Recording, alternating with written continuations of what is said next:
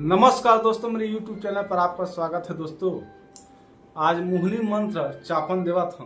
जैन भाई प्रयोग करना है, जैसे जैसे विधि बताऊं वैसे वैसे करना है। अब पहले ओकर विधि सुन।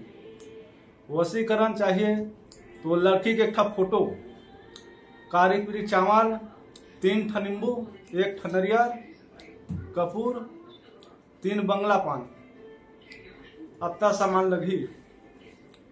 जैन मैं मंत्र बताऊं। मंत्र ला ये फोटो ले से रखना है, मतलब पुतला बना ले। पुतला बनाकर फोटो चिपका के बाद 1 नींबू लड़की के नाम से काट पुतला में और निचोड़ दे।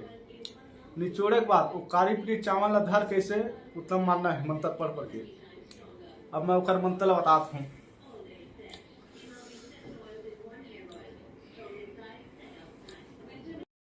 अब मंत्र ला सुन।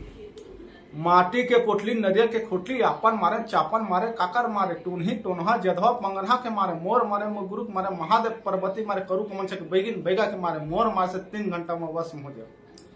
दोस्तों, ये मंत्र ला 21 बार काली पीरी चावल से मारना है पुतला ला।